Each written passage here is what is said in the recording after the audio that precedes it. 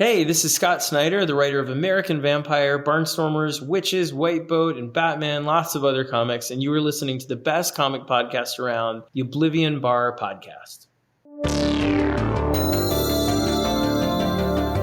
Welcome to the Oblivion Bar Podcast with your host, Chris Hacker and Aaron Knowles.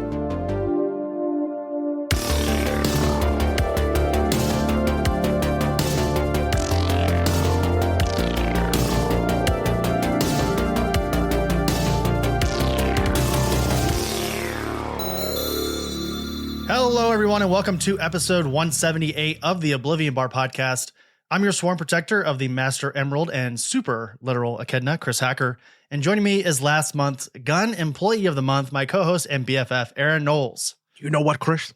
What? I'm just going to admit it. You're adorable. Welcome back, everybody, to the Oblivion Bar Podcast. This week, as Aaron alluded to there just a moment ago, we are talking, I guess we both were sort of alluding to it in our opening, but point being is that we are covering the last installment in the Sonic franchise. Or question mark? Yeah, I mean, I think we'll get into it. The latest? Yeah, I guess the third. Usually a trilogy is the ending of a franchise, but one would wish. Spoilers for Aaron's thoughts on Sonic 3. Aaron, we have covered every single installment of the Sonic franchise here on the Oblivion Bar Podcast. I think that's the first one. Has there been any other movie that we've had that opportunity? I don't think so. I think if you don't count like the MCU and things like that are just sort of, again, continuously running. Yeah, I think Sonic is the only franchise that we've covered every entry of thus far. And then this is where you insert the sad music after he dies. I can do that. I can definitely do that in post. So everybody, again, Aaron, what a movie. Firstly, I don't want to get into it too much here in the beginning, but I think what's more interesting, and again, we'll talk about it more here during our main topic. We have a big piece of news to cover this week on the show. Yes. Is sort of basically the actual environment that I was in while watching Sonic 3. Judging by your sigh, you also had a similar environment. That, yeah, I could. I think the listener can as well. But also what it means for the future, what it means for culture. As we say often here on the Oblivion Bar Podcast, we are sort of slaves to pop culture and to nerd culture and to all things IP.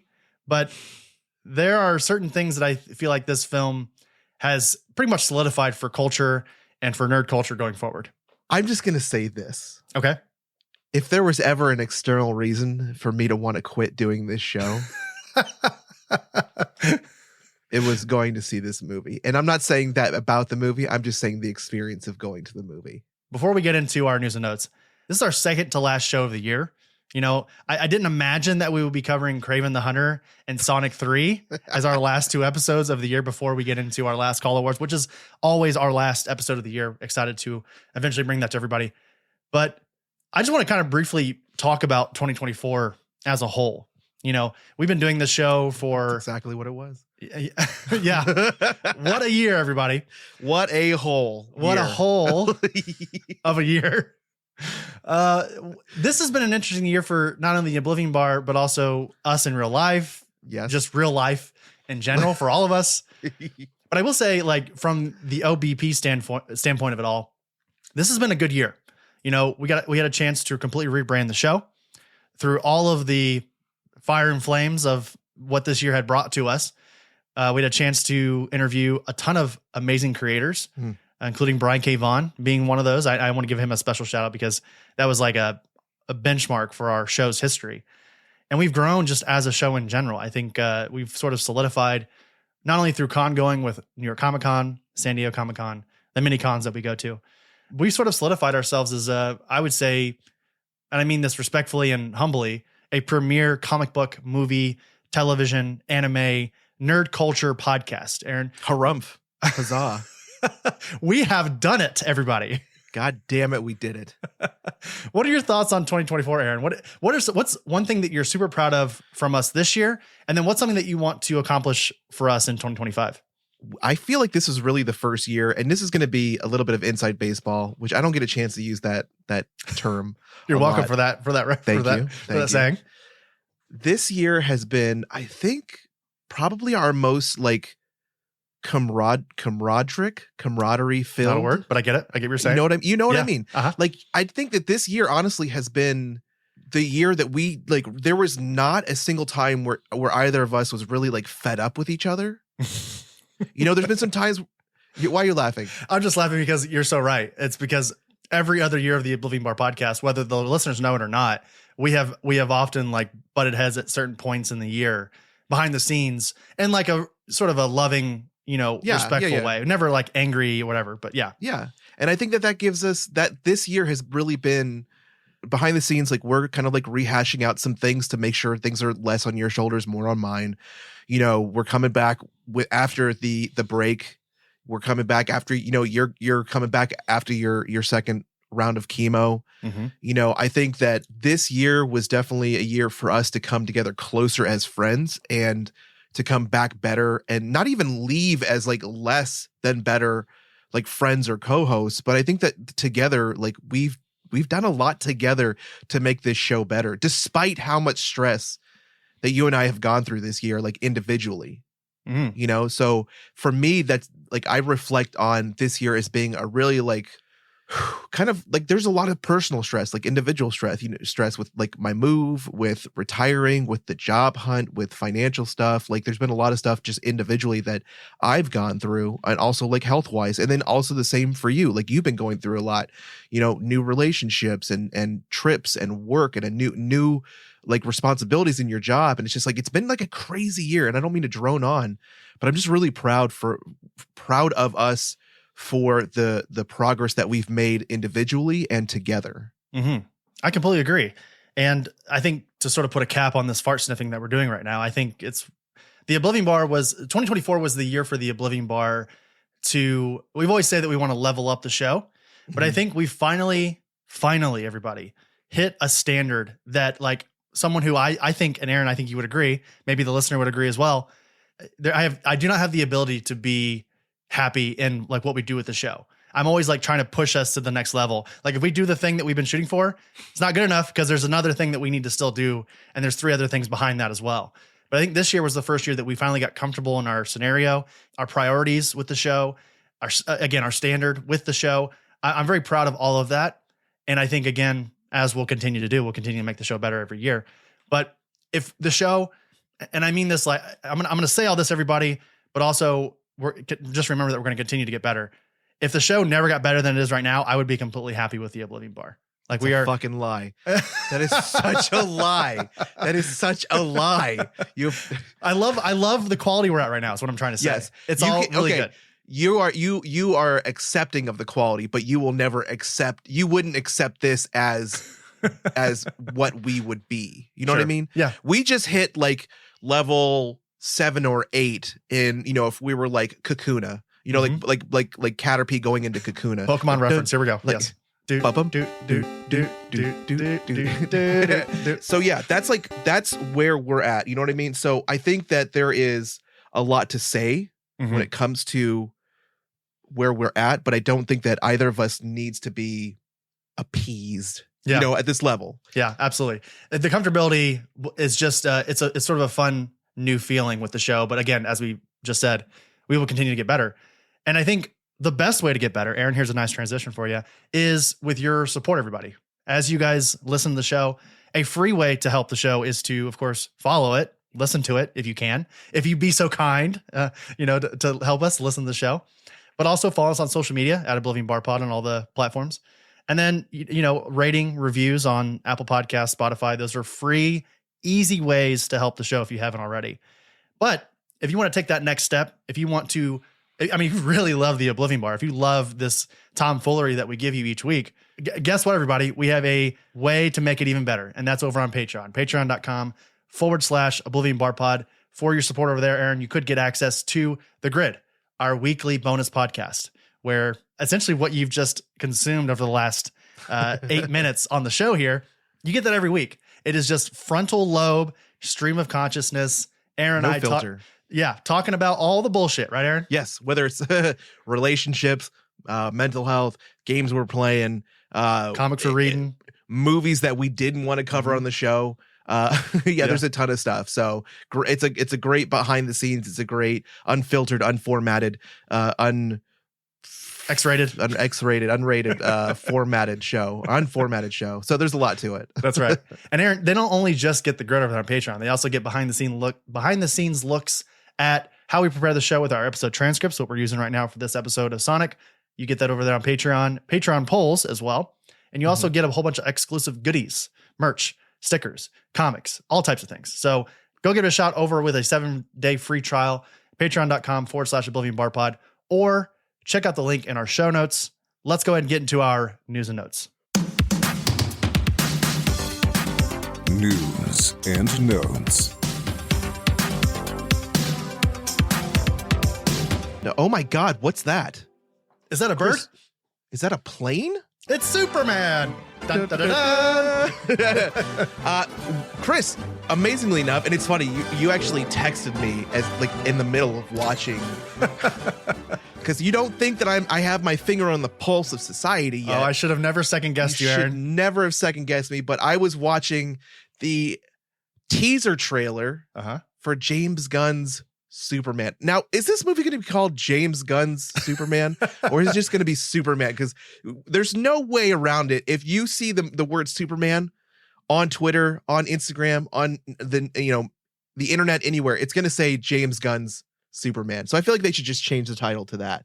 But after being teased for months on social media by James Gunn, the full teaser revealed what we can look forward to when Superman releases in theaters July 11th. 2025. And I don't know about you, Chris, but I was on the edge of my adult size seat on your red trunks. In my red trunks. You were peeing your little red trunks while watching. Yes, I was like, which are outside of my pants. I was on the edge of my seat. Yeah. So let's get into it. During the trailer, not only do we see DC's new look for David Corenswet's Superman, who replaced former Man of Steel Henry Cavill, which, I mean, can we pour one out really quick for Henry? Yes. I mean, not his fault, everybody. An incredible rendition for what, I mean, I'm going to say surface level rendition of Superman. Not my favorite, iteration of the Man of Steel, but Henry, not his fault. 100% not his deal. That lies with the director and the creative forces over at Warner Brothers in DC. He was Superman? I thought I just thought of him as Wolverine. But his bumbling alter ego Clark Kent, which, again, Clark Kent is like 7 feet tall in this movie when you see him walking. Wildly taller than everybody else. Taller. Yeah. Who's a reporter for the newspaper, The Daily Planet. Mm-hmm. We also see a few shots of Nicholas Hoult as Lex Luthor. A romantic love scene with love interest Lois Lane, Rachel Brosnahan, in front of a big glowy ball in the background with little like laser tentacles. What do you think that ball is, by the way, real quick? I don't know. I was thinking it was something to do with like Brainiac. I was thinking it had something to do with... there's so many things. Like we'll get into that in a second. So, and at one point we see Crypto, which I already love Crypto. I'm a dog. Crypto. I'm a dog lover just in general, but Crypto is so adorable. Yep. But he comes to the rescue of Superman, who's just like wheezing in the ice. I can't whistle. Gunn has said that Crypto is based on his real life dog Ozu, who was problematic to say the least after he initially adopted him during the filming of the film. And then throughout the trailer, if you listen closely, this is one thing that I loved. Not only I feel like they're using like the iconic kind of font of the original like Supermans when we see the lettering and the stuff on like, what do you call it? Like just the fonts on screen. Yeah. There's a hint of John Williams' iconic score from director Richard Donner's 1978 Superman, which new composer John Murphy incorporates into his newly original score as basically a nostalgic callback, which is what we need, which is a respectable tip of the cap. I think we should just go ahead and say for the rest of time, even though that 1978 theme is for Richard Donner's Superman, the movie, as you said a moment ago, a lot of people think this is just going to be called James Gunn's as Superman. This is the first movie in Superman's history to just be called Superman, because that movie was called Superman the Movie. So but to go back to my original point, we should just use this theme for Superman going forward. John Williams' score is so intrinsically tied to the character in the most important ways. When I hear that theme, it's like I would say like in a very similar way, Indiana Jones or Star Wars. For the rest of time, when those movies are made, regardless of who's playing the titular characters, those themes should be attached to the character in some way or another, whether it be like a rendition or of some sort. The core of those scores should be the same. Agreed. Absolutely agreed. And then compared to DC's last Superman reboot, 2013's Man of Steel, 2025 Superman seems like an altogether more optimistic prospect. The darkness injected by that film's director Zack Snyder is replaced with blue skies and hope, and you can absolutely see this during the trailer with brighter colors. Less heavier tones. Mm-hmm. The blues, the reds, the yellows, they're all right in your face. Yes. I'm gonna get to the end of this because I know we can stop in the middle if you want to sort of chat about all this stuff. I'm just curious. Okay, fine. I just want to say this. I want to say that this movie, okay, there's a lot going on, and it almost feels like it's going to be, what do you call it when you're put like into a class, like a crash course in Superman. Like this movie feels like it's going to be like a crash course in Superman because we see robots, we see many heroes already. We're going to talk about more. We see many people, we see many villains. Yep. We see like there is just a slew of iconic things going on in this teaser trailer. And as excited as I am, because honestly, this trailer or this teaser did not evoke any sense of like dread. Yeah. It was like it says, it was all blue skies and hope. And I don't know. Like, it's like what could go wrong? We're in a day and age where when you see a trailer that's good, you're like, oh fuck. Yeah. Like that was good, you know? Yeah. Remember when we were talking about our most anticipated films of 2025 and I said, and I uttered these actual words, it is impossible for this movie to be bad. James Gunn is so into the lore of Superman. He would not take on not only his role as co-CEO of DC Studios, but also the director of this film, Creature Commandos, Peacemaker again, still. Like, he is so in love with this universe that I find it almost nearly impossible that this movie won't be, at the bare minimum, good. Could be great, yes, honestly. And I want to go back just a little bit, though, Aaron. We had a comparison here between, and we don't need to compare the Snyderverse to this, but I'm just curious, as someone who's like relatively, I would say, newish into the comic world, someone who loves these characters, but is not like so intrinsically tied to the comics medium with the character of Superman like I am.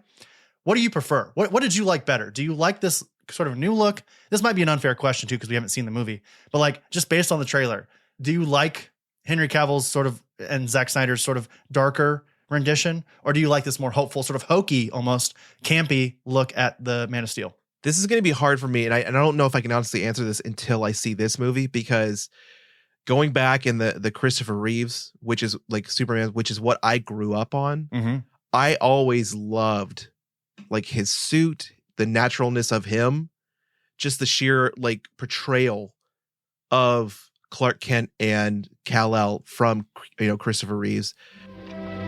Wait!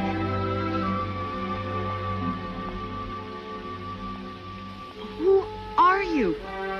A friend.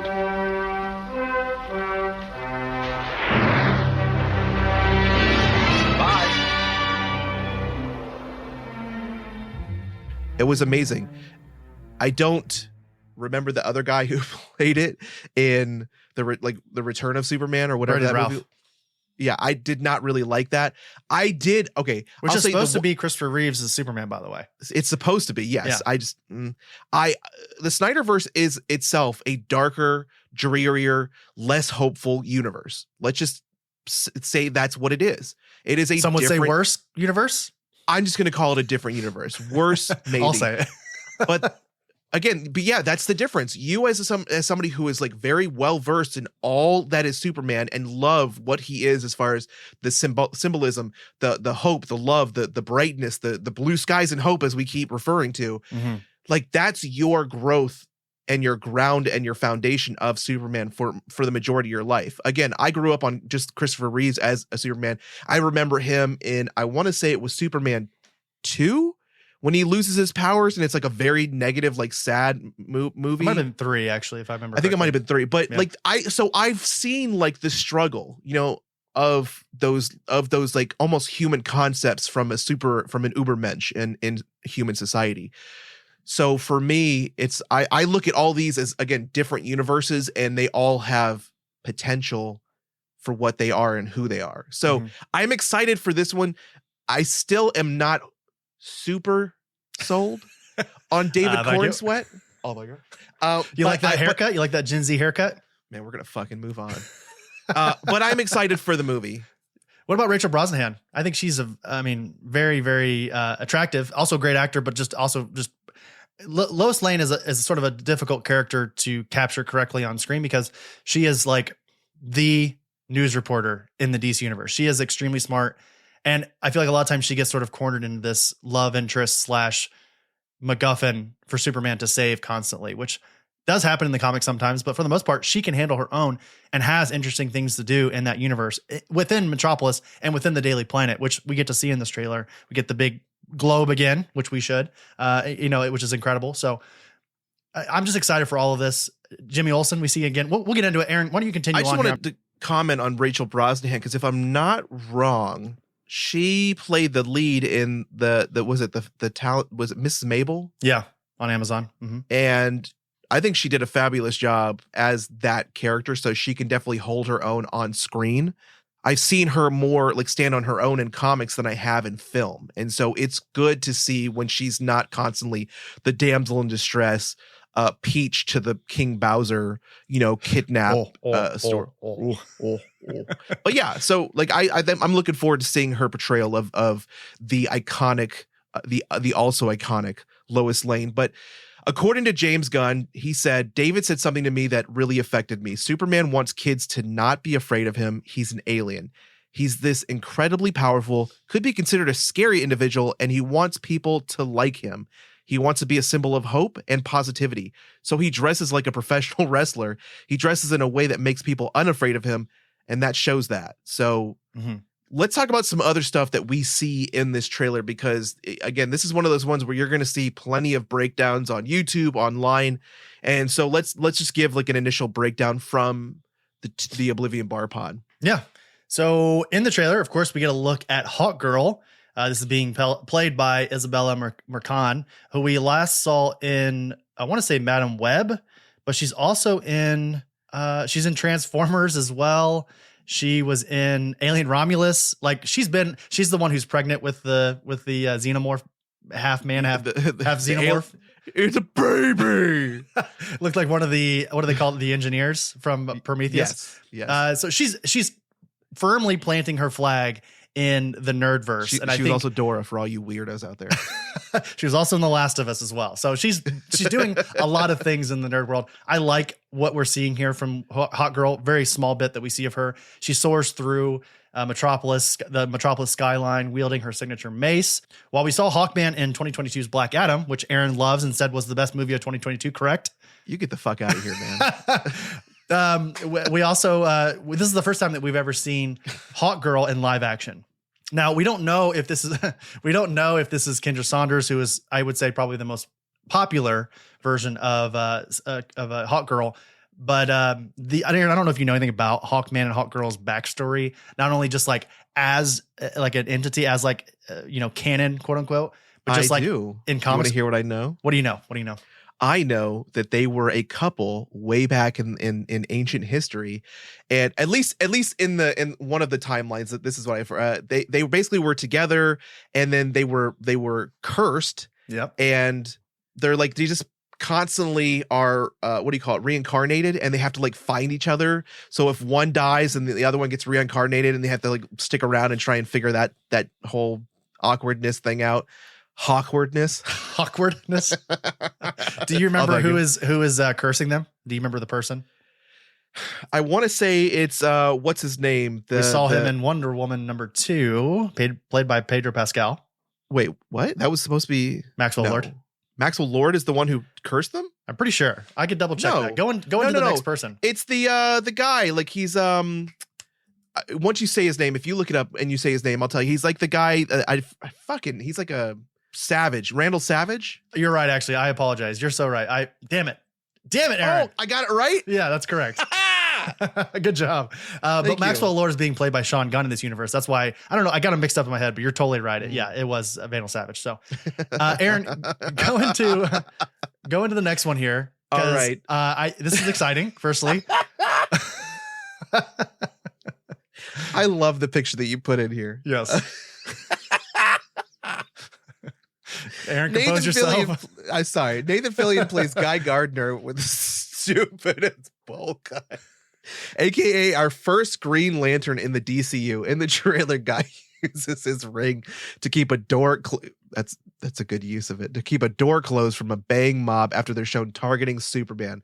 One angry mob member even throws a cup, and I have a problem with this, but like throws a cup at Superman's head. Yeah. Guy first premiered in the comics in Green Lantern number 59, which was released in March of 1968 and was created by writer John Broome and artist Gil Kane. Now you tell me this, Chris, if you're a super powerful being and somebody throws a little can of soda at your head, are you going to notice that shit?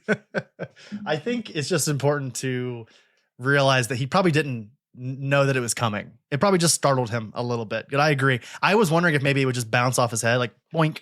But yeah, he sort of a little wince. It's like he like blinks at it. He doesn't even wince. He doesn't like, it doesn't do anything to him. But yeah, it was sort of funny. But to get back to Guy Gardner, what do you know about Guy Gardner in the comic? Do you know anything about him, like as a character outside of his silly ass haircut? Nothing. I know nothing about him. Okay, I'm going to give you a brief, quick overview. And I don't know everything about Guy Gardner outside of the fact that he's in Justice League International. And Aaron, he's a huge douchebag. One of the biggest idiots in the DC universe. He is essentially everyone's little brother in this universe. Whereas anytime some shit is getting stirred up, Guy Gardner wants to be in the middle of it. He wants to essentially swing with the big guys, even though he is sort of an insecure dumbass. Like he is literally the most annoying character in comics, but he does have like some redeeming moments here and there where he'll like put his ego aside for a moment and then help everybody out. So I want to sort of compare him like in a very loose way, personality wise, I'll say, as like Namor over in Marvel, whereas like his ego is so inflated and terrible that like a lot of times he sort of borders on the line of a villain in a way because he just always is stirring shit up. The only reason I possibly like him is because of some of the looks that I've seen him with, where he has like this like vest. Yeah, he has the white vest. I think it's like a green vest with like black sleeves and like white gloves. I think that's a badass look. But he doesn't have this stupid haircut. Like he's got in some of them, he's got like this interesting like where it's like shaved on the side. He's got like a kind of like a little bit of a. He's got like bangs going all the way around. Yeah, you're thinking of his '80s look. That's exactly what he looked like in the '80s. Yeah. So after Justice League International. Yeah, this is a dumbass look. But yeah, I'm interested to see. Nathan Fillion, of course, is good friends with James Gunn, so it made sense that he was going to be in this universe. You want to get into the next guy, which I'm excited for? Yes. You want to go over it since you're excited? Yes. Okay. So Edie Cathegis, I don't know if that's how you say it. That's correct. Edie Cathegis, Mr. Terrific is revealed in a tantalizing shot of him using his powers to summon a force field and repel an attack. Writer John Ostrander and artist Tom Mandrake created Mr. Terrific in Spectre number 54, coming out in June 1997. We'll see Michael Holt use a combination of invisibility, superior technology, his genius level intellect, and I don't know if you know this, Chris, but Michael Holt is considered often to be the third smartest person in the universe, in the DC universe, behind Bruce Wayne and Lex Luthor. Mm-hmm. This is exciting. I also really love Mr. Terrific. I'm excited for Edie to get another shot at a superhero because if you remember, Aaron, I don't know if you recognize the name. He is Darwin in X-Men First Class. He gets blown up from the inside. Yes, I recognize him very well because in my opinion, that was the most unnecessary, like ridiculous death. Like it just made zero sense. Biggest plot hole in First Class. Yeah, absolutely. That was super annoying. And then Mr. Terrific. Here, I have a theory about Mr. Terrific. We'll get back to it because it's based on the next couple characters that we're going to talk about.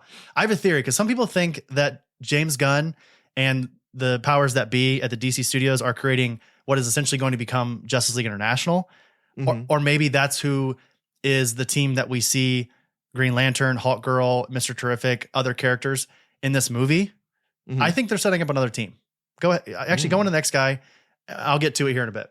I don't know if you watched any, I know we've kind of talked about a little bit the CW shows because Mr. Terrific was in the CW shows and he was pretty good in there. Yeah. So I did like the portrayal of Mr. Terrific in there. So Anthony Kerrigan also. So I'm just going to throw this out there. Metamorpho is one of the earliest villains that I have like a recognition from or of for the DC universe because I used to watch these old cartoons of, Superman and Thor, and Metamorpho was that his name? Metamorpho? I want to say, but that basically he's the guy that has all the different elements and yeah. So we'll talk about him in a second. But anyways, Anthony Kerrigan plays the shape-shifting Rex Mason, aka a man turned into a mass of chemicals after being cursed by an ancient artifact, Metamorpho.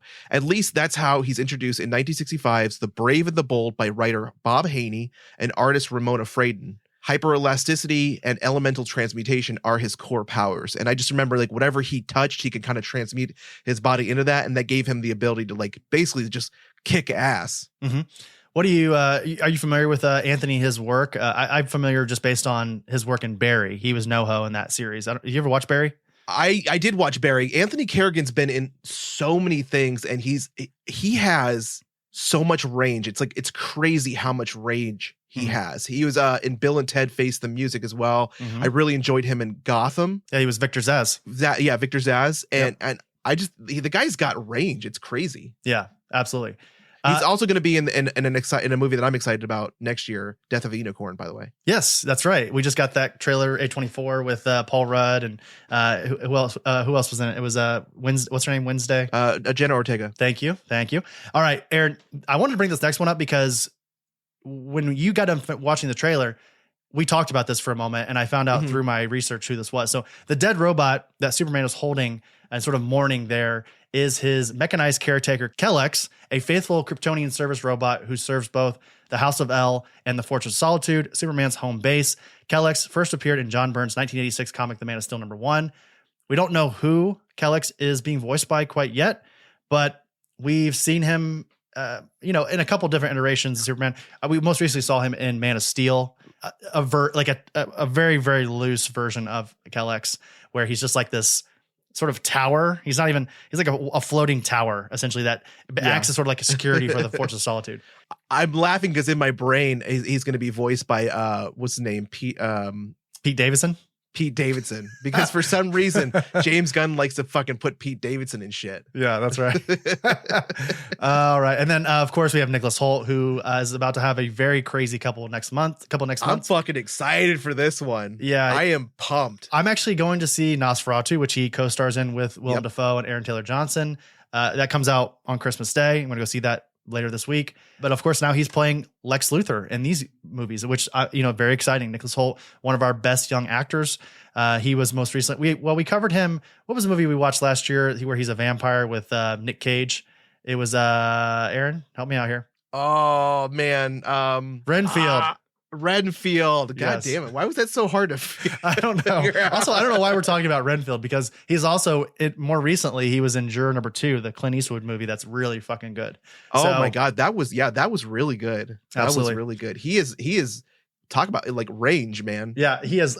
Honestly, Nicholas Hoult is the definition of range, modern range today in movies. Yeah. So Lex Luthor, as many people already know, but we'll go over it here, is the CEO of LexCorp and is often portrayed as the smartest man on the planet, even more so than Bruce Wayne, and harbors a deep resentment of Superman because he believes that once Superman is discovered among the masses of people here on Earth, the human race is on the fast track to extinction. That's often Lex's sort of beef with Superman, is that he believes that man can achieve all. They don't need the help of super beings, whether that be Superman or otherwise. And a lot of times Lex is capable of extremely impressive feats as just a normal human. He has no powers. A lot of times he has his suit, and he will often use he'll use the benefits of other villains that are superpowered, like Brainiac, for instance. But most of what he achieves comes directly from his maniacal genius. Supreme intellect. That's right. Lex Luthor first appeared in the comics in Action Comics number 23 back on April 10th, 1940, and was created by Jerry Siegel and Joe Shuster. So Superman also stars Rachel Brosnahan as Lois Lane, Skylar Gisondo as Jimmy Olsen, Maria Gabriela de Fraria as Angela Spica, aka the Engineer, a member of the Authority, which Chris will probably talk about in a second. He'll know more about that than I do. Sarah Sampaio as Eve Tessmacher, Lex Luthor's assistant and love interest, which I don't know. And Wendell Pierce as Perry White, Pruitt Taylor Vince as Jonathan Kent, and Neva Howell as Martha Kent. Two things, Aaron. Number one, do you remember, or do you recognize the name Pruitt Taylor Vince at all? No. He is the guy who like drowns himself in Constantine. He's like Constantine's little helper for a bit. Yeah. That's With him. the twitchy eyes. That's right. And then you said a moment ago, you've got the engineer from the Authority. The Authority is supposed to be playing a role in the background in this movie in some way or another. Like the Authority is sort of the government's answer for superheroing. Like they are paid, sometimes bad guys, sometimes good guys. Their moral high ground is sort of loose in that way. But yeah, the engineer is one of those characters. And I'd say she's actually one of the better characters of that team in terms of like morality. So exciting to see her and that Angela Spica in this movie, because this is going to set up Gods and Monsters Part 1. Superman, again, as you said earlier, comes out on July 11th, 2025. We have Creature Commandos already, but I've heard James talk about this. This is essentially just going to set up the rest of the universe and also Peacemaker season 2 specifically. Yes. That's all I've ever wanted. The last thing we'll talk about here, Aaron, because this is a long news and notes segment. Excited for this already? Has this trailer made you more excited than you were last week when we talked about our most anticipated films of 2025? Absolutely. How cute is Crypto? We didn't really talk about Crypto, but very cute. He's got that one ear that goes up, right? and I knew almost immediately as soon as Superman started whistling that was gonna be Crypto. And I want to say, outside of the TV shows, this is the first live action Crypto. Am I wrong there? I believe so. I'm pretty sure. We're not counting the CW, everybody. Stop it. That is done, by the way. Now that Superman and Lois is ended, no more CW. Watch it. Yeah, which I heard is pretty good. But this is very exciting. This is my most anticipated film of 2025.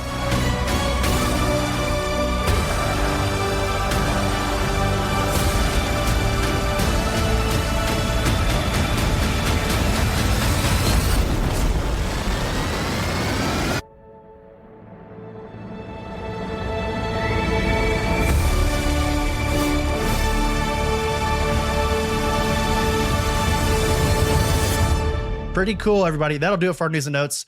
Let's go ahead and get into our review of Sonic 3. Yeah, should be interesting. All right, let's get into it. Main topic.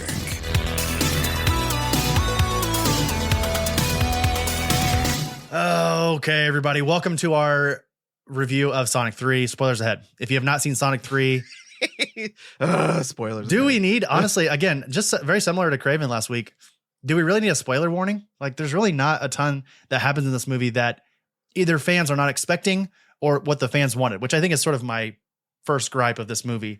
Aaron, before, I guess as I'm already kind of saying, I'll give you my initial thoughts here.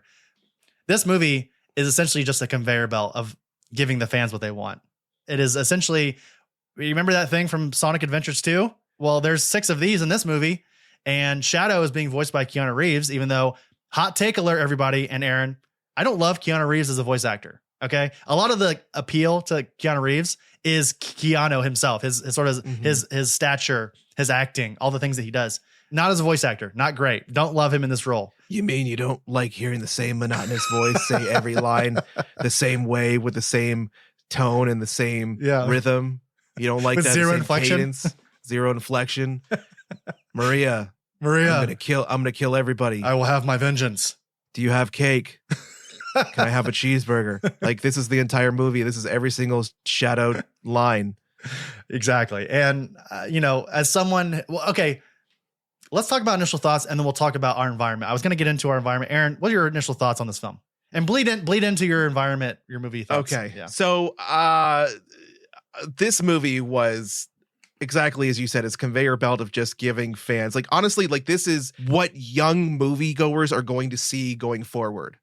Because this is a movie where... Is this the new template? Like, is this the new template? Like, there's literally, like, several moments of action followed by a couple of moments of nothing. Followed by a couple of moments of action because there's no... Little exposition? There's no attention span. Yep. No. There's no attention span. Like, this movie was honestly, like, just clips with some minor stuff in the middle that had no impact, that had no need. This could have been a 30-minute episode. You know what I thought about while, like, maybe halfway through this movie was your thoughts on the Super Mario movie. We talked about it here on the show last year where you said you didn't love that movie, and you're like a Nintendo head. You love, I would just say video games in general. You love video games. That's like your strongest passion. And you said you enjoyed Super Mario Bros., but the one big gripe is that you felt like it was just a tad too kiddie, paint by numbers, just like too safe, very safe. No liberties to the source material or anything. And I think maybe you could say for all of these movies, all 3 of these installments, this may have been something that we've talked about in previous reviews, is that this movie and this franchise is so fucking paint by numbers. It's annoying to the point where like, and Aaron, I want you to talk on this now. The reaction from the people that were in my theater was infuriating. Their happiness made me angry, Aaron. Yes. Okay, I'm just gonna let's go into the environments, man, because this is I have to get this off my fucking chest, and I'm sorry that I'm about to lose my cool just a little bit because I had the worst movie going experience because I did not understand why there were so many kids in this movie theater because it's a Thursday night. But then I asked Carly, and Carly's like, oh, they're on Christmas break. Yeah, that makes sense. This movie is a kids movie, and yes, it is a kids movie. Within 10 minutes of the movie starting, turned around and told somebody, I said, pardon me, do you plan on talking like this the entire movie? Because I paid good money to watch this movie and not listen to you talk. What did 9-year-old Jimmy say to you afterwards? She was like, okay. It was a young girl. And then her mother, who was sitting 2 seats down, says, excuse me, you don't have to be rude. I said, I'm not being rude. I said, I would like to watch this movie. She's like, you're a jerk. And I was like, okay. And she's like, you don't have to talk to kids like that. I said, I'm not being rude, but maybe you should teach your kids better not to talk during a movie. Yeah, I'll stop being rude when you start parenting. How about that? Yeah. And then her oldest son, who I'll tell you more about in a minute, literally goes, hey man, fuck you. And I was like, and then I turned around and said, oh, that's yours? Great parenting. Yep. But then no joke, like not even 2 minutes before this interaction happened, I had to walk down a couple aisles and tell a kid to stop recording the movie on his cell phone. Yep. I was like, you know that's illegal, right? And he puts his phone away. You wouldn't download a car, would you? And I'll be that guy because you know what? Like, I don't care. Like, I know that I'm in a kid's movie, but I'm also, I am well aware that there are just things you don't do in a movie theater. And man, like just we are multiple officially times like people talking to me. We are officially the movie theater like police. You and I. Yeah. The other thing that really irritates me, and we'll get to like the ending of the movie, was like when there were certain moves that were used by like certain characters. There were children and young adults literally screaming at the top of their lungs. Was that a shadow spear? Oh my God, Aaron. Oh my God. They play Live and Learn. They play Live and Learn. Can you believe it, Aaron? Yeah. And then at one point, I'm not kidding, but like, we'll talk about the post-credit scenes where the same kid who's like, fuck you, man. And half the audience probably are literally on their feet screaming. Like, what is with this fandom? High pitch screaming. Yeah. And not just like screaming like, oh my God. They're like, let's fucking go. It's like, you are a teenager in a theater filled with other kids and you think it's okay. And your parents are there. And you're going to scream, let's fucking go. Like, Aaron, when did the Sonic fandom become so passionate? Because to go into my theater experience, same thing. I went at 3:00 on a Thursday. It was quote unquote the fan experience where you get like a shadow poster at AMC, but sold out crowd. It was an Adobe theater, extremely loud. And I get in there. This guy next to me, first of all, is on his phone from the very beginning. And I say, hey, do you mind putting your phone away? He doesn't hear me because it's super loud. I go, hey, put your phone away. He eventually puts it away. And then like every 10 minutes or so, he like looks at it really quickly. Just take like boop, lights up his dumb face and puts it back down. At one point, I'm like, dude, put your phone away. This dude's, I don't know. He's an adult. He's taller than I am. I knew that. He was a big dude. But I'm like, how can you not look at your phone for an hour and a half? We'll get into how long this movie, it's an hour and 50 minutes. But like this movie is not that long. You can't not look at your phone. What's going on? And then the same thing as you. Anytime something I would say decently cool happened in the movie, and definitely a reference to the video games, this crowd lost their minds, people. They were like, I'm talking Avengers Endgame level of losing your mind, folks. It was insane. I don't know what is with this fandom. It's I honestly think what it is they live in it. Like now the youth live in, I say that the youth, I'm a boomer now. Okay. Officially a boomer. Goddamn kids. Like they live in this world now where reactions are everything. So if you have the most exciting, funny reaction, then people will pay attention. Like there are literally people who are influencers simply because of their reactions. Yeah. So these kids now feel like they have to one up each other or be like the loudest person in the audience to react the most and have the loudest quip, have the loudest reaction, and be noticed for how stupid they are. You know what's funny, Aaron, is that the night before I went to go see Sonic 3, I went to go see Interstellar. Of course, the Chris Nolan film. It's an all-timer. I bet you it was a way different experience. It's a sold-out crowd at the IMAX downtown, as I've said many times here on the show, one of the 12 largest movie screens in the entire U.S. It was a 70 millimeter version. A true experience. What an incredible moment in my life as a moviegoer to go see this film for I've only seen it maybe one time before this. So it was very fresh. The whole movie, incredible experience. No one clapped. At the end of the film, Thank you. Everybody walked out. People were chatting about it. Really like, hey, that was really cool. That was so cool. I never seen space so huge on a screen. When I tell you that people were like standing up, standing ovation to this movie, that is bad, everybody. This movie is bad. Okay. This franchise is like decent at its best. It is this movie though. This entry is bad. Okay. Yes. Do you agree Let's on get that? into the summary. Yeah. I was Yes. gonna say, do you agree with that I take? do. I do agree. Okay. And that is bottom line up front. This movie's bad. Okay. Yeah. There are good things about it, but Yes. this movie in essence is a fucking shit show. Mm-hmm. Sonic, Knuckles, and Tails reunite to battle Shadow, a mysterious new enemy with powers unlike anything they've faced before. With their abilities outmatched in every way, they seek out an unlikely alliance to stop Shadow and protect the planet. Just again, plot holes. Goddamn galore. Not even plot holes, just bare minimum nothing. Honestly, yeah, not even a plot hole. Just like we don't give a shit about writing a cohesive, like full movie. So, director Jeff Fowler's mentioned playing both Sonic Adventure 2 from 2001 and Shadow the Hedgehog 2005 solo game for inspiration. The film is also inspired by narrative elements from the Saturday morning animated television series Sonic the Hedgehog in 1993. Cool. Do you have any attachment to any of those entries, by the way? I know Sonic Adventure 2, I had this kid in my neighborhood who had a Dreamcast. I didn't have a Dreamcast. And he used to play that game religiously. Like people who love Sonic, a lot of times Sonic Adventure 2 is their first entry. Like that's their favorite one. And then of course I watched Sonic the Hedgehog sparingly, not that much as a kid. I caught some of the episodes. Never like a devout fan. That's the thing. You're absolutely right. For some reason, Sonic fans are ravenous feral monsters. They're little beasts. They're little fucking beasts. This might be a good sort of moment to sort of divulge. What is your attachment to Sonic? Do you have any history with the video games? I played Sonic 1, 2, and 3 on the Genesis that were barely a fucking cohesive story in itself.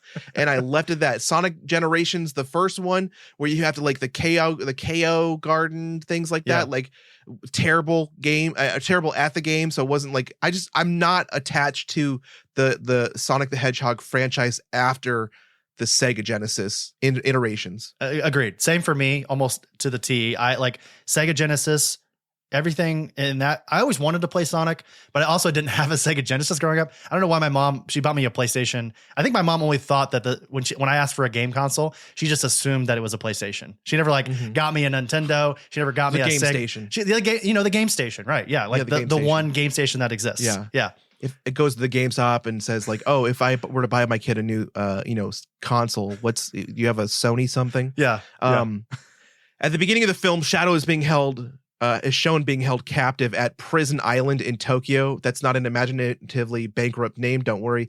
It's actually where Shadow was also held in 2001's Sonic Adventure 2. Again. And forms the basis of several levels, returning again in 2005's Shadow the Hedgehog. These filmmakers really, really loved Sonic Adventures 2. And apparently so did our crowds. So when Tails and Knuckles beat Sonic in a race at the beginning of the film, they are seen tapping their foot at the finish line. This is, of course, a reference to the video games where if you don't touch your controller for an extended period of time, Sonic will tap his foot and look directly at you impatiently, which I thought was actually pretty cute. I like that part. So we have the Chow Garden, which is described by Tails as one of Tokyo's top 10 must-see spots during Team Sonic's attempt to reconvene after getting run ragged by Shadow. This is a mini game from Aaron. You guessed it. Sonic Adventure 2 that allows the players to raise their own cuddly Tamagotchi-like chaos. There was a memory card that had like a screen on it. You could actually take your Chow. I guess it's called a Chow. I thought it was called like a KO. like a chow, you can take it with you in the memory card. And it has like an LED or LCD screen. Mm-hmm. So yeah, you basically raise it like a fucking Tamagotchi. I'm sorry. I feel bad because like there's no fuck the spoiler warning. I'm sorry. I'm going to say offense warning. If I offend any of the audience, any of the listeners because of my feelings towards this movie or just the Sonic fandom, it's your fucking fault. This experience in the theater is why we are so angry towards you. Your own fault. I'm still reeling. Like, I know we've already talked about it and we can move past it, but that movie going experience was, and we are often complaining. Like, we are truly like there's a difference, my man. Maybe we're hypersensitive to the movie going experience, you and I. No, but there is an absolute, I'm just going to cut you off because shut up.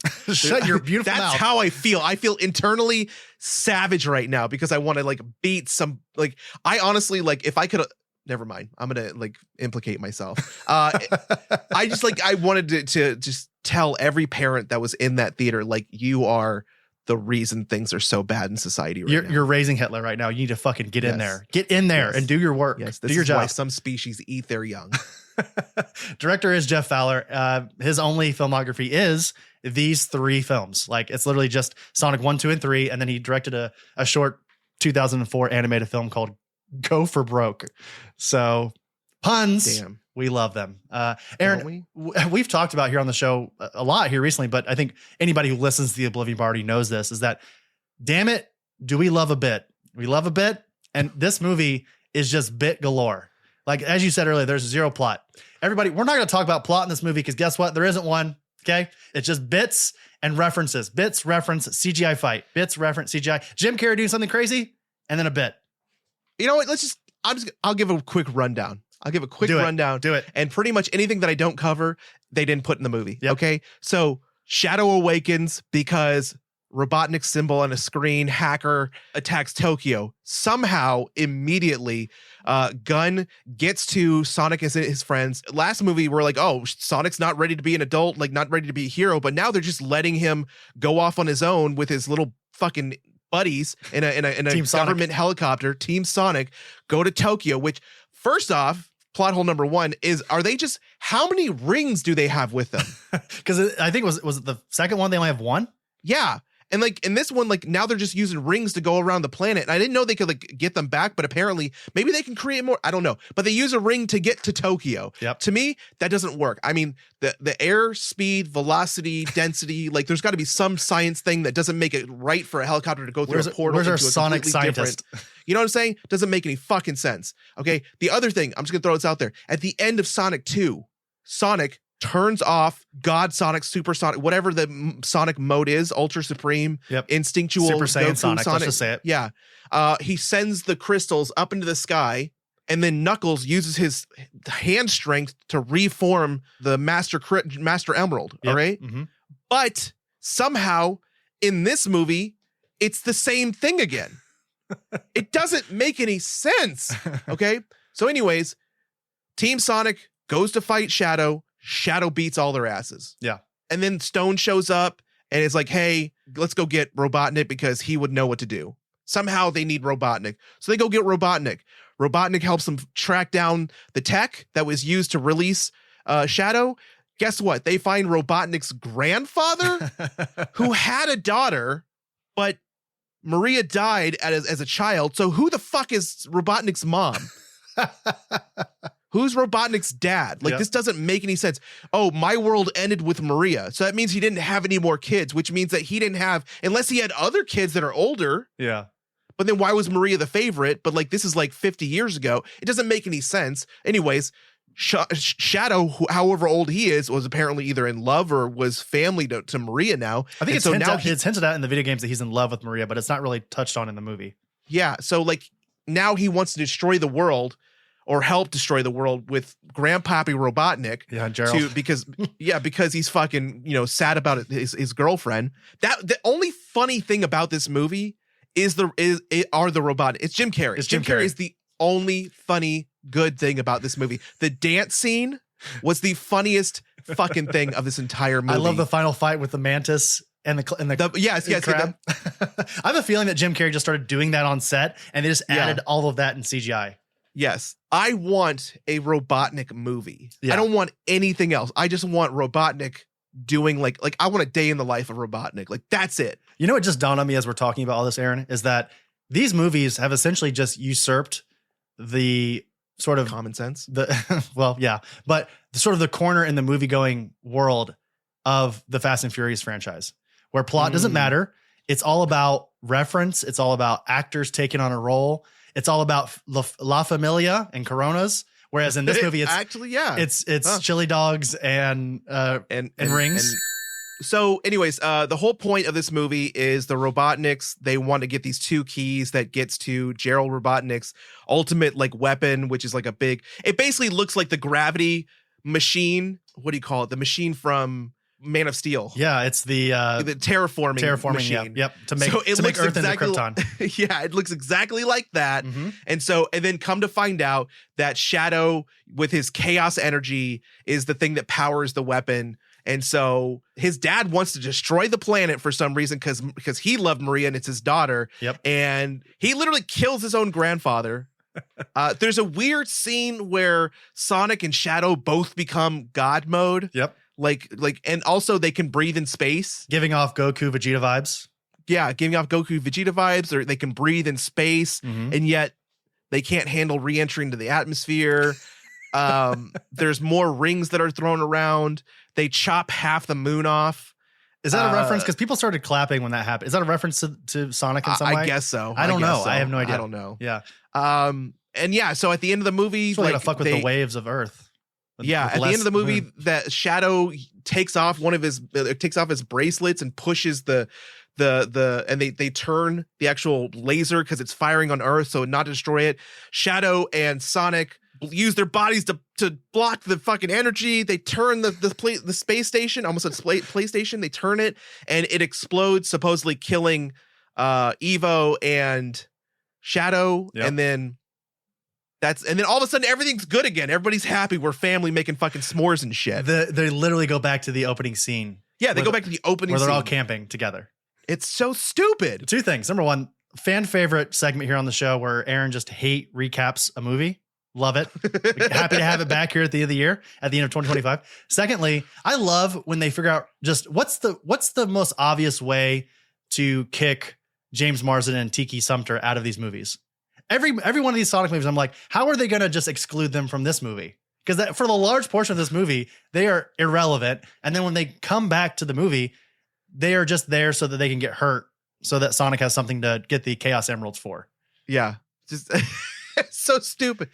We'll talk, and then we'll talk about the post-credit scenes in a moment. Yeah, that's probably the thing we'll talk about the most, honestly, because our annoying crowds really like that part too.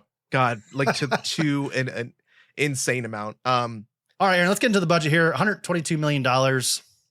I think overall, some parts look really good, some parts don't. That's essentially the makeup of this movie. It's like some of the CGI looks really, really good, and some of it doesn't. Let's just say that it's all CGI. It's all CGI. It's all CGI. You know what's crazy is that even the human characters look CGI because they're so well groomed and like they have the perfect makeup on.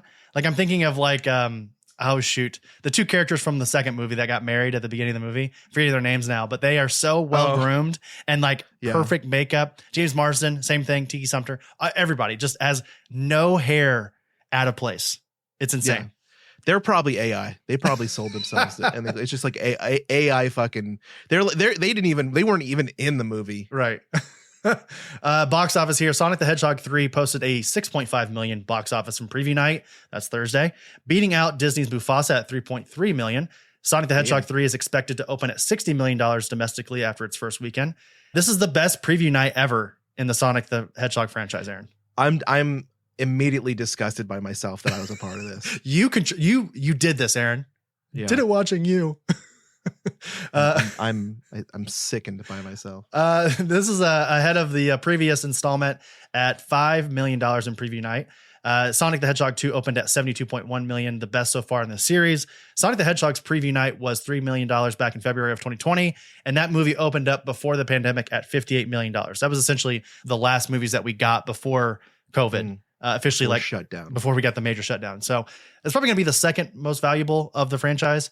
but I wouldn't be surprised if it actually takes home more than Sonic the Hedgehog 2 overall because of it opening around the time of Christmas when people are getting off and off break and whatnot. So runtime, hour and 50 minutes. This is the second of the three. So it's right in the middle, and it's only 10 minutes longer than the first film. So it feels like the fucking longest.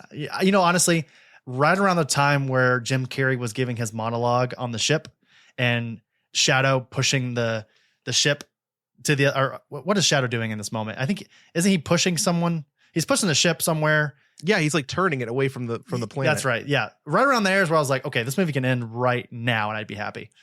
Like I'm totally fine with this movie just being done now. So Aaron, let's talk about the cast here. All right, you got Ben Schwartz as Sonic the Hedgehog, Colleen O'Shaughnessy as Miles Tails Prower, Idris Elba as Knuckles the Echidna, Keanu Reeves as Shadow the Hedgehog, Jim Carrey as Dr. Evo and Professor Gerald Robotnik, James Marsden, Tom Wachowski, Tika Sumpter as Maddie Wachowski, Kristen Ritter didn't even fucking need to be, like, she really phoned it in. What a bummer for her to be in this movie, just in general. Like, such a great actor. Love Kristen Ritter and everything she does. Jessica Jones, Breaking Bad, everything. Yeah, director Rockwell and Lee Majube. I think that's how you say it, as Agent Stone. Again, I'm just gonna say, like, in order of best characters of this entire franchise, Jim Carrey as Robotnik and Lee Majube as Agent Stone. Yeah, absolutely. I would give anything just for a show or a movie with those two. Yeah, because there's a little bit of complexity there, because the relationship is sort of complex, whereas Robotnik is this like mastermind villain, and he sees Agent Stone as nothing. He sees him as nothing other than just like an assistant and an ends to a means. Whereas Agent Stone has like actual affection towards Robotnik, Eggman. We sort of see that played out in this movie, which is, again, kind of interesting. Like you're on the doorstep of interesting, and they just don't go all the way there. Like it would have been nice if Agent Stone like just fully left Eggman at some point in this movie and became something else. I mean, I honestly thought that he was gonna, because at one point he's like, I'm gonna go get him back. I thought he was gonna figure out a way to become his own character, like his own level of person, and then like go and save Robotnik, or sacrifice himself in some way. That would have been interesting. Yeah. Following the release of Sonic the Hedgehog 2, Jim Carrey actually said that he was considering retirement from acting. Producers Neil H. Moritz and Toby Asher stated that Carrey's role as Dr. Robotnik would not be recast if he followed through with his plans, but remained hopeful that he would be willing to continue the role if the script was satisfactory to him. What script did Jim Carrey read? I'm wondering. They sent it to him on like a Post-it note. I think they just like sat him in front of a Dreamcast and put in Sonic Adventures 2 and was like, here you go. This is what the movie's going to be. Yeah.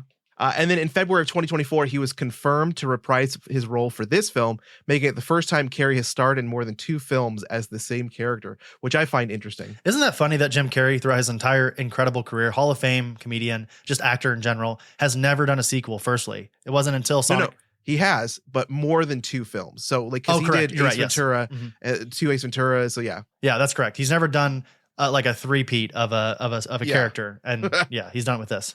So the sequence of Eggman getting his head shaved happened on set. That was actually Jim Carrey getting his haircut. And it took a year and a half for him to grow it all the way out. And he had Lee, how do we say it? Majube cut his hair. Hayden Christensen was rumored to play Shadow initially before Keanu Reeves was cast. Again, Aaron, bordering on this idea that the fans are essentially deciding this franchise's track. Everyone was fan casting Keanu Reeves as Shadow for a long time. Would Hayden Christensen would have been a better choice for this? I don't know, because he's also known for his sort of monotone voice and sort of one note everything. But again, and I say this with all the love for Keanu Reeves and everything that he's done, almost not good in this role. Like I don't like him in this movie at any point. Like Shadow is sort of a one note out for vengeance until he's not. He is like, go ahead. It's about the same as like Keanu Reeves being, again, in Cyberpunk 2077. Nobody gives a shit. Yeah. Like he is not a voice actor. He is an actor. Mm-hmm. Like he's never been, at least I don't know what anything else besides those 2 things he's voice acted, and maybe he's done more, but I would definitely bet you that it's nothing of impact or significance. Right. Aaron, we have an answer to our question earlier about the Super Saiyan versions of both Shadow and Sonic. So during their fight over the Master Emerald, ultimate life form Shadow turns into Super Shadow. This is the form seen during the final stage of Aaron. Again, Sonic Adventure 2. The ability is only finite and requires the player to pick up rings to stay alive. And as we said earlier, this film features the iconic main theme from Sonic Adventures 2, Live and Learn.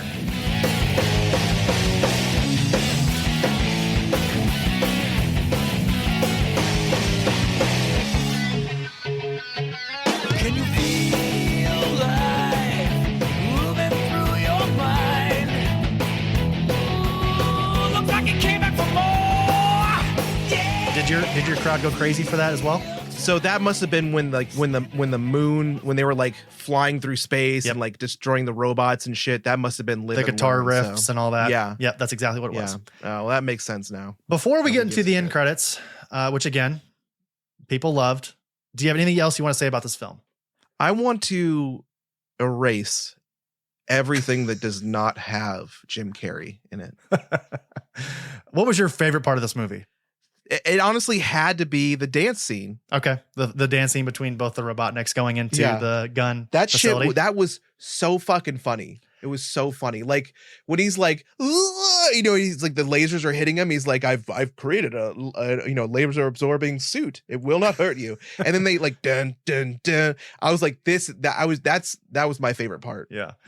As we were just sort of poking fun at a moment ago, it is sort of hard to not enjoy bits and pieces of that Shadow Sonic fight at the end of the movie towards the third act. I think some parts of it are pretty cool, but overall, it was so hard to get behind it and completely get engulfed in that moment because it was always where the movie was going to go.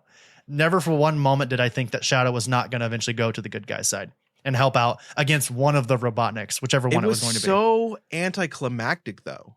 And the fight was not really that great. It was just sort of cool to see them both get superpowered. Yeah. And again, I think I might be slightly veiled by the Dolby theater that I was in because that sound, anytime that someone was getting hit or the punches, you could feel it in your back and in your legs. So that part may have been a little bit helpful for the moment, but overall, yeah, it's all like Ben Schwartz is good as the character. I like Tails, Colleen O'Shaughnessy as the character. Obviously, Idris Elba as our favorite Echidna, Knuckles. All of that's cool. Like I like all of that to a certain extent, but it's just the movie around these characters is so stupid.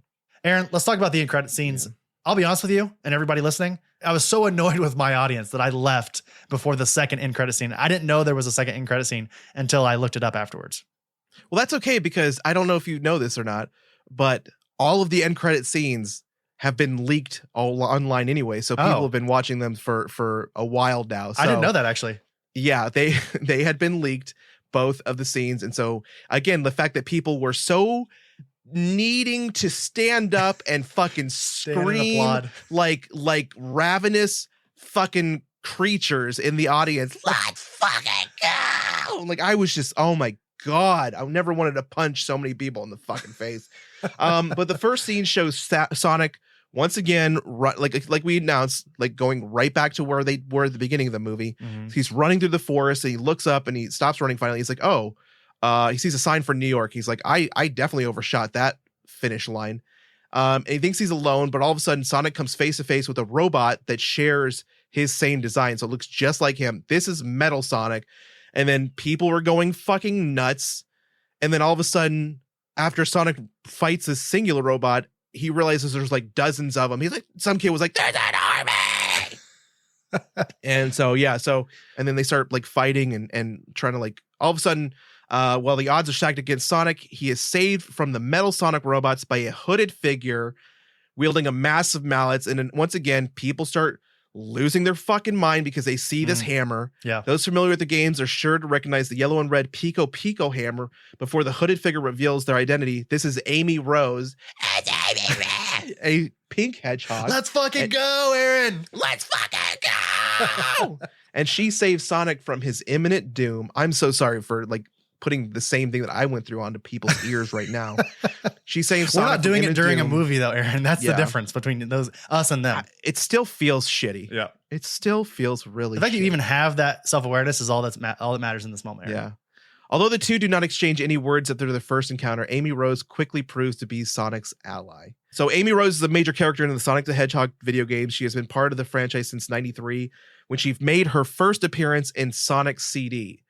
Amy is a bright and positive character who often has a crush on Sonic. She was taken by Metal Sonic in her first appearance and saved by Sonic later in the game, setting up her to be a recurring character alongside Team Sonic in future adventures. I've obviously seen this character throughout my history of playing Sonic, but no attachment to her whatsoever.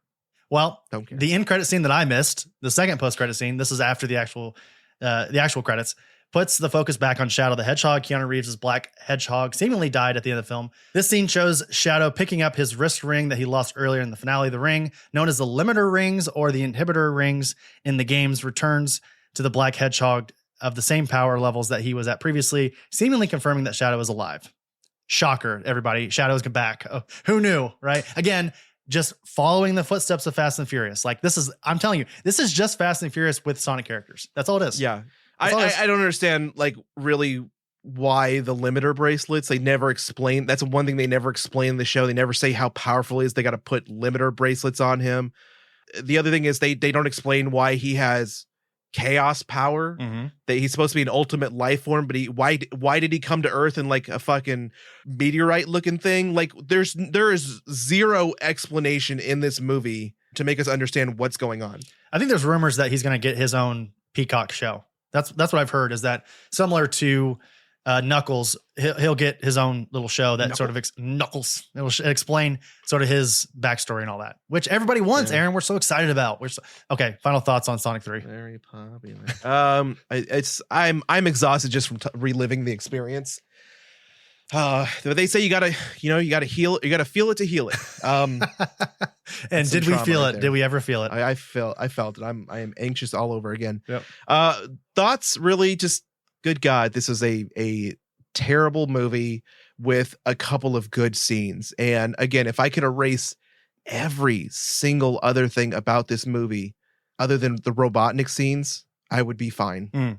I'll echo all of that. That's exactly how I feel. It's funny. I've been to the movies a lot here in December. I went and saw Kraven the Hunter for our review. Go listen to that review, everybody, from last week. Then I went to go see Interstellar again, 70 millimeter, incredible experience. Then I saw Sonic 3 the next day. And then I'm seeing Nosferatu in 2 days. So it's like bad, good, bad, good. I'm just going to keep trading off for the rest of the year. I would rather sit through watching Madam Web again. Really? Yeah. Than this? Than this. I don't know if I would say like the same experiences, like the same, like if you had to give me like a level of hell and they said, hey, you got to sit here and watch Madam Web like till the end of time in that same experience, or you got to sit here and you got to watch Sonic 3 in that same experience till the end of time with a packed crowd of ravenous Sonic fans. Exactly. Same exact experience, just for an infinite amount of time. I would rather watch Madam Web. Okay. All right. Well, let's rate this thing out of 5 David Wires. Aaron, what are you going to give Sonic 3? 1. Okay. Let's see here. We talked about how Kraven, we both gave Kraven was it a 2.5? This is worse than Kraven. And for that reason, Sharks, I'm going to give it a 2. Again, some good parts. I think I gave Madam Web when we reviewed it either a 1 or 1.5. And I disagree with you on that slightly, that I think this movie is better than Madam Web, but only in like the smallest amount of ways. So, all right, let's put a pen, or I guess we can close the book even, on Sonic 3 and our last movie review of the year, Aaron. What a way to end 2024. What a year. What a year it's been, of course. And I guess it's time for our final segment over in your corner of the Oblivion Bar podcast, which is Aaron's Arcade. It's time for Aaron's Arcade. Greetings. I am talking about Article 99. This movie is from 1992, starring Ray Liotta, Kiefer Sutherland, Forrest Whitaker, Leah Thompson, John Mahoney, John C. McGinley, Keith David, and Kathy Baker, and honestly a slew of others who are in this film. It's an amazing cast, and I had never heard of this until somebody suggested it to me, and I actually decided to watch this as a review for another thing thing that I do. And I wanted to talk about this because you as a veteran also will understand. So this is a movie that is basically ER, but in a VA hospital. Okay. It's like to a degree. So Article 99 is a dramedy set in a beleaguered veterans hospital where a group of dedicated doctors led by Dr. Richard Sturgis, Ray Liotta, struggle to provide care to their patients amidst bureaucratic chaos and underfunding. The title refers to a regulation that disqualifies veterans from receiving treatment for conditions not explicitly related to their military service. As the doctors face mounting obstacles, including a lack of resources and an uncooperative administration, they resort to unconventional and often rebellious methods to ensure their patients receive the care they deserve. The film blends humor and drama to highlight the challenges within the healthcare system and the moral dilemmas faced by those trying to navigate it. It offers a mix of poignant moments and satire, underscoring the human costs of bureaucratic inefficiency. Excuse me. Is it real quick? Is this streaming anywhere? So I watched it on Roku TV, okay, and like Tubi or something like that. Yeah, I want to watch it. That's why I was curious. Yeah, so it's like with commercials, but they're not very long commercials. But it's a very interesting movie. It's R.I.P. to Ray Liotta too. Yes, this movie is honestly like one that I never anticipated to be as good as it was. Mm-hmm. It's emotional. If you've ever been to a VA hospital, if you've ever been around veterans, like I am one who I go around, if I see a veteran wearing like a hat or jacket or something like that, I thank them for their service. This movie paints a harsh reality, but even back in the 90s, where we still actually see the VAs like this, where it's so hard for people to get health care. They basically have to nearly die in the waiting rooms. Like, it's a very grim look, but it's like this staff of doctors is trying to do their best to come up with the resources to take care of these heroes, mm-hmm. these medal and like award-winning like soldiers, mostly from Vietnam, Korean War. It's hard. There are times where it's hard to watch. There are times where it's really good. I'm not gonna lie, this movie got me kind of emotional in several scenes, and it really is. It's like, if you've been to a VA, if you've been around veterans, then you'll feel a bit of nostalgia for how this movie will make you feel. Not nostalgia like in a good way, but like that, I kind of almost like that muscle memory of like, this is painful. Mm-hmm. The movie opens with a guy basically being told that he has PTSD and they cannot treat it at the VA because they don't have the resources. So they basically give him, he is an Article 99 patient. So he gets into his pickup truck and he drives it through the front door and starts walking the hallways with an M16 trying to find the people responsible for his treatment. Another guy is like trying to get he needs a triple bypass. And so he can't get care because he's not even enrolled in the VA yet. Right. So it's the whole thing is insane. So I would love for people to go and watch this and kind of see where we are now, where we were then, and where we still are in capacities of both. Yeah. I mean, I can tell you firsthand, everybody, I'm sure Aaron maybe could echo this, but the VA, it's not all bad people. Obviously, it's just a terribly run organization that is trying to do a good thing. And they don't make the process easy, everybody. I'll tell you that. Yeah. They talk about how you get free healthcare as a veteran. Sure, you do. But what's the quality of that care, firstly? But also how obtainable is it also? So that's interesting. I'm gonna be honest. Like I said, like, I mean, with my experience here at the VA where I live in Brooklyn, my experience has been really good. There have been some obstacles and some hangups, but nothing has stopped me from actually getting any of the treatment or the care that I needed. So it is definitely become a long way, and I can even say decades of difference, but there's still things that feel very familiar in this movie, and it's sad and it's kind of scary, but at the same time, this is a movie that I feel like people not enough people have on their radar, because it's a star-studded cast. The kind of plot at one point kind of takes a little bit of a background to like a little mini love story that's not necessary, but at the end of the day, it's still a pretty impactful film. Sure. So yeah, I want to watch it. I'm not going to check it out. I'm not going to take up too much time. Next, we're going to go into my favorite part of the show, which is Chris's Corner. It's time for Chris's Corner.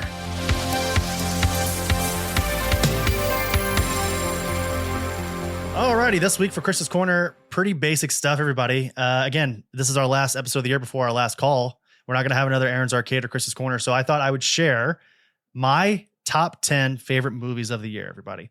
And I'll include a link in the show notes in case you want to check out the entire list. This is all the movies that I saw in theaters this year. Oh, sorry, I guess I shouldn't say in theaters. Some of them were streaming, some of them I saw at home, but these are all 2024 movies that I've seen this year. So just for reference, there are 66 movies on this list. I saw a lot of movies this year. Not all of them were great, but I think 2024 was a pretty good year. And there's still a couple left that I haven't seen yet, like The Brutalist and Nosferatu. And I think there's one other one that came out this year that I'm still waiting to see. But Conclave I haven't seen yet, which I'm excited to think it's going to be on Peacock next week. So here are 2 honorable mentions. At number 12, I have Wicked. What are you laughing at, Aaron? I'm laughing at Madam Web being like number 66. Well, everybody, it's pretty bad. So it deserves that 66th rank. So as we just said a moment ago during our review of Sonic. So number 12, these are my 2 honorable mentions. At number 12, I have Wicked Part 1. We defied gravity, Aaron, a couple weeks ago, and it was a lot of fun. So number 11, I have The Substance.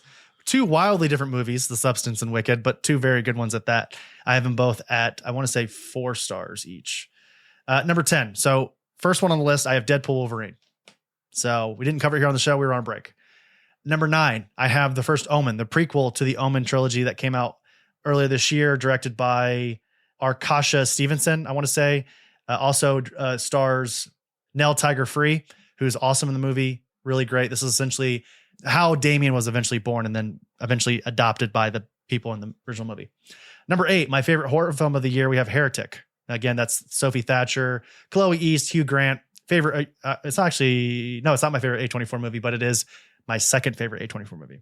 Number 7, I have Saturday Night, which is about the first recording of the Saturday Night Live. Very good. Loved it. Number 6, Kingdom of the Planet of the Apes. We covered that here on the show, didn't we, Aaron? No. I thought we did. Maybe not. Might have been on a break. Really good. I love the new direction of the Planet of the Apes movies. Number 5, we have Anora. Do you ever end up seeing Anora, Aaron? Nope, not yet. Okay. Number 4 is more like Ignora. Nailed it.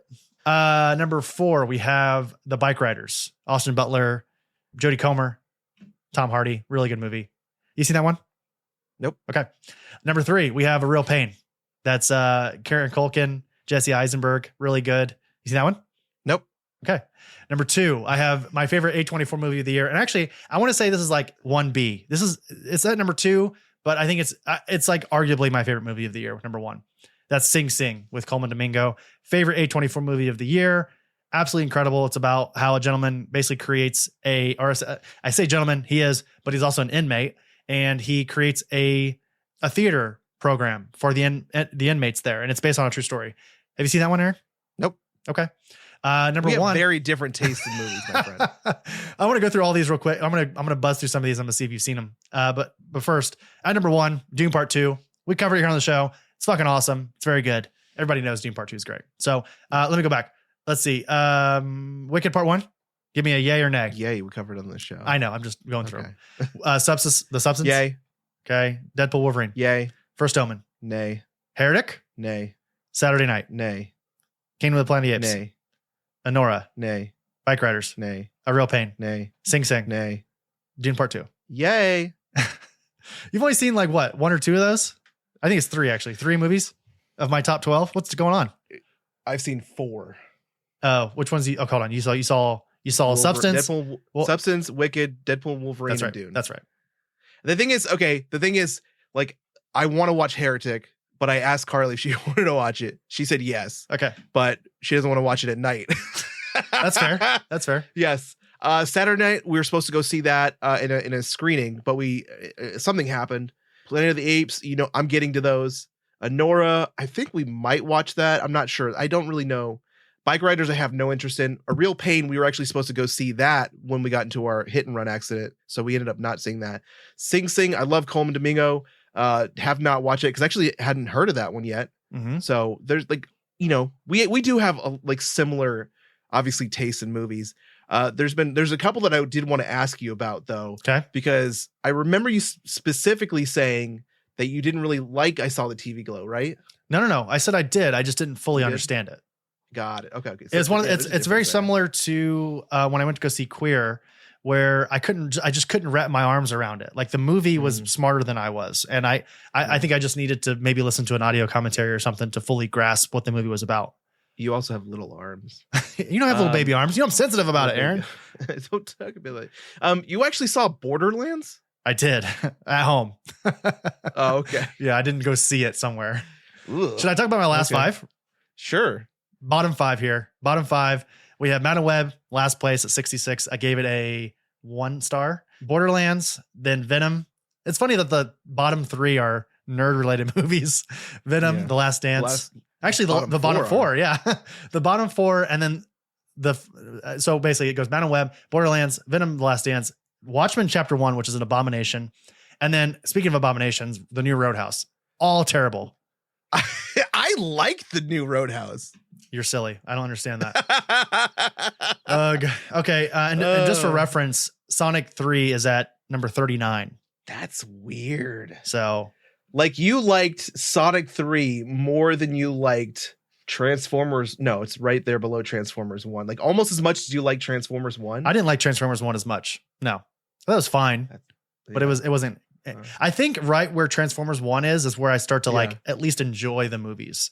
Self-Reliance, that was funny. That was a funny movie. Yeah. I enjoyed that one. Yeah. Okay. Well, like I said, Well, that's it. this will be in the show notes, everybody, if you want to take a look at it. And give me a follow over there on Letterboxd as well. Give Aaron and I both a follow. Meh. All right, everybody, that'll do it for episode 178. And that'll do it for 2024 and sort of in a way. We've got one more episode next week. Again, our last call awards, which is our sort of year in review. Basically, all of our favorite things, our least favorite things, all the things, just in general. So after that, we'll basically be taking all of January 2025 off, but we'll talk more about that next week. Aaron, Yo, take us out of here. sure. Subscribe to our podcast, Apple Podcasts, Spotify, YouTube, Audible, iHeartRadio, wherever you listen to your favorite podcast. That's where we are. Thank you, our patrons, Alex, Aaron, Alice, Botter, Chris S., Chris Y., Christy, David, Elliot, George, Gianni, Greg, Haley, Ham6, Jake, Jeremy, Kyle, Losi, Mac, Mike, Miles, Olivia, Ryan, Ryan M., Robert, Travis, Jack, Zach, and Brad and Lisa. Jesus Christ. Did you delete something? No, I added Ryan I. We got a new Patreon okay. member. Shout out to Ryan. You can't add stuff while I'm reading it. If you want to support the Hold show on, without read it spending- again. Read it here. I'm going to add something really quick. Okay. Thank you to our patrons, Alex, Aaron. Thank you to our patrons, Alex, Alice, Aaron, Keep it Potter, all Chris the time. S., Chris Y., Christy, David, Elliot, George, Gianni, Greg, Haley, Ham6, Jake, Jeremy, Kyle, Losi, Mac, Miles, Mike, Olivia, Ryan M., Ryan I., Poop, Robert, Travis, Zach, and Brad Lisa from Comic Book Couples Counseling. Send us a message and let us know if you caught the thing I added, everybody. All right. If you want to support the show without spending any money, a follow on your preferred podcasting platform and a 5-star rating and or review on Apple Podcasts and Spotify helps the show a ton. Follow us on social media, Facebook, Instagram, TikTok, Blue Sky. Why don't you pre-record it? Blue Sky and Threads at Oblivion Bar Pod. Brand new official merch. What is happening? Brand You new don't want to official leave the merch. last show of the year. Brand new official merch for the show is on our website, oblivionbarpodcast.com. Thank you, KXD Studio, for all of our Oblivion Bar art. He's at KXD Graphics on Instagram. Quit fucking with shit while I'm reading. Thank you, Dream Kid, for all of our musical themes. Thank you, DJ Skyvac, for our grid theme. Don't forget you tip your bartenders 20% or more. And Chris is messing with me. Okay. All right, everybody. Thank you so much. Got a flat. What's a saying from Sonic? I was gonna say Gotta go fast. Gotta go fast. I was gonna say got a blast, but that's Jimmy Neutron. That's Jimmy Neutron. Gotta blast. Got a blast. All right, buddy. Thank you so much. We'll see you next week for episode 179.